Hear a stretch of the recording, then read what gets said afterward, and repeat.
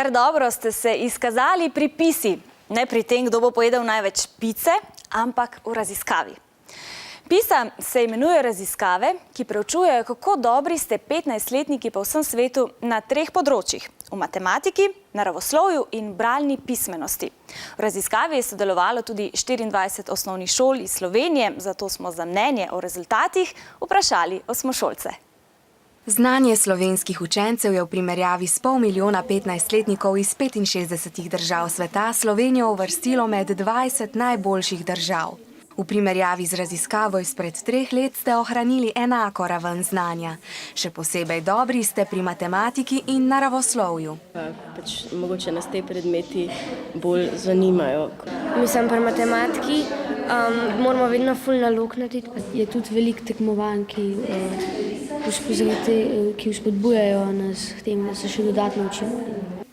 Slabše ste se odrezali v tem, kako dobro razumete tisto, kar preberete in kako dobro znate to znanje uporabiti. To je na področju tako imenovane bralne pismenosti.